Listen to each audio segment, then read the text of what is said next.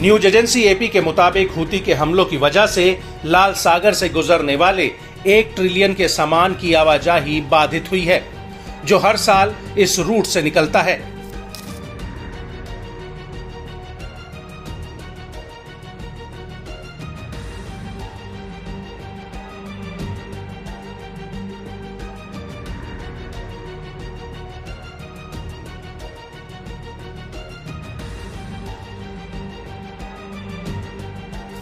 वहीं हूती के इस हमले को लेकर अमेरिकी नौसेना द्वारा संचालित जॉइंट मैरीटाइम इंफॉर्मेशन सेंटर का कहना है कि 2 अगस्त 2024 को हूती ने सबसे पहले 2 बैलिस्टिक मिसाइलें ब्लू लेगून ऑयल टैंकर पर फायर की थी और एक तीसरी मिसाइल जहाज के करीब आकर फट गई थी।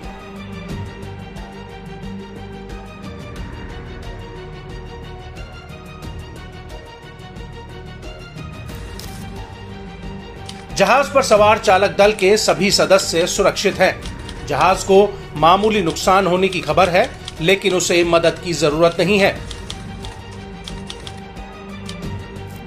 आपको बता दें कि पनामा के झंडे वाला ब्लू लेगून एक गैर सूचित गंतव्य स्थान की तरफ जा रहा था। यह जहाज रूस के उस्लुगा बंदरगाह, जो बाल्टिक सागर पर है, वहां से आ रहा था और इस जहाज ने संदेश जारी कर कहा था कि इस पर रूसी मूल का कार्गो है। लेकिन बड़ी बात यह है कि पिछले महीनों में ये जहाज भारत भी आया था। इस जहाज ने भारत की जरूरत के 40% से ज्यादा के तेल की रूस से डिलीवरी की थी और इस जहाज को ग्रीक की एक कंपनी चलाती है। इस जहाज पर हमले को लेकर जॉइंट मैरीटाइम सेंटर का कहना है कि इसकी कंपनी के जैसे दिखने वाले अन्य जहाज हाल ही में इजराइल के बंदरगाह पर आए थे और इसी वजह से हूतियों ने इस जहाज को उन जहाजों जैसा समझकर हमला कर दिया।